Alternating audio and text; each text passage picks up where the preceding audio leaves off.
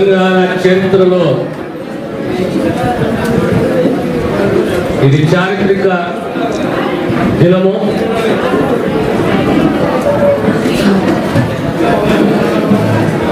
ఆనాడు సార్వత్రిక ఎన్నికలకు ముందు వరంగల్ రైతు సభలో రాహుల్ గాంధీ గారు ప్రకటించిన 2 లక్షల రుణమాఫీ ఈనాడు కాంగ్రెస్ ప్రభుత్వం ఏర్పడిన తర్వాత రేవంత్ రెడ్డి గారు ముఖ్యమంత్రిగా తెలంగాణ రైతులకు ఇచ్చిన మాట నిలబెట్టుకోవాలనే తపన, ఓ నిబద్ధత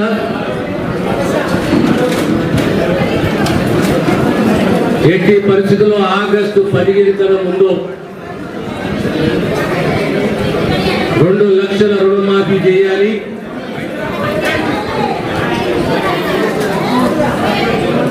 తెలంగాణ రైతులకు సంబంధించి ప్రభుత్వం పైన పడుతున్న భారాన్ని మొయ్యాలి, మాట నిలబెట్టుకోవాలి. 31,000 కోట్ల రూపాయల రైతు రుణాన్ని మాఫీ చేయాలి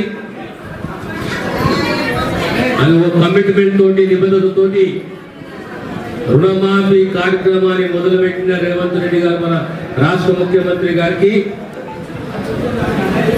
ఉప ముఖ్యమంత్రి గారికి హృదయపూర్వక ధన్యవాదాలు, అభినందనలు తెలియజేస్తున్నాను. మొదటి విడత 1 లక్ష రూపాయల వరకు రాబోయే 10 రోజులలో ఇంకో 50,000 ఆగస్టు 15 కన్నా ముందు సంపూర్ణంగా 2 లక్షల రుణమాఫీ చేయాలి. ఈ ప్రభుత్వము రేవంత్ రెడ్డి గారి నాయకత్వంలో 2 లక్షల రుణమాఫీ చేయబోతున్నది. మన జిల్లాకు సంబంధించి సుమారు 51 ఖాతాలు రైతులకు సంబంధించి పైచిలకు కుటుంబాలు 48,000 కుటుంబాలు రుణమాఫీ జరిగింది. మన జిల్లాకు సంబంధించి 279.62 కోట్లు. అందులో అత్యధికంగా ఖాతాలు ఉన్నాయి అందోళన ప్రాంతానికి సంబంధించిన రైతులే. 20,000 పైచిలకు ఖాతాలు అందోళన ప్రాంతానికి తెలిసిన రైతుల ఖాతాలే. 107 కోట్లు అందోళన ప్రాంతానికి సంబంధించిన రైతులకు రుణమాఫీ జరిగింది. యావత్ తెలంగాణలో ఇతర నియోజకవర్గంలో హైయెస్ట్ రుణమాఫీ జరిగింది మొదటి విడతలో. అంటే ప్రప్రదంగా ఉన్నది అందోళన 107, ఆ తర్వాత 103, 104 కోట్లు. కానీ అందోళన రైతులకు సంబంధించి 107 కోట్ల రూపాయల రుణమాఫీ చేసింది కాంగ్రెస్ ప్రభుత్వం.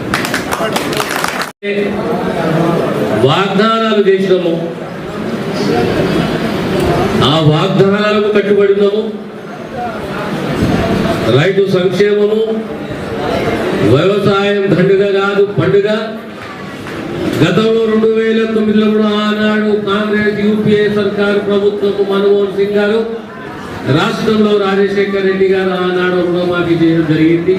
2009 తర్వాత 2024 అంటే సుమారు 13 సంవత్సరాల తర్వాత మళ్ళీ తిరిగి కాంగ్రెస్ ప్రభుత్వం రుణమాఫీ చేసింది, చేస్తుంది సంపూర్ణంగా.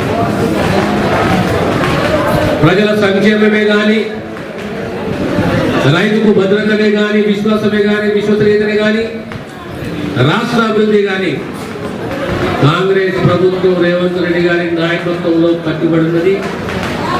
రాబోయే కాలంలో ప్రతి ఒక్క అంశం పైన ఒక మార్గాన్ని, ఒక దార్శనికత్వాన్ని వహిస్తూ ముందుకు పోతాము.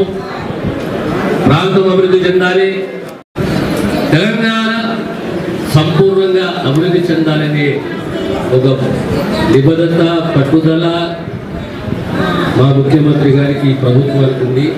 మరొకసారి తెలంగాణ రైతులకు మా ప్రాంత రైతులందరూ కూడా అభినందిస్తున్నాను. మనస్ఫూర్తిగా వారికి శుభాభినందనలు.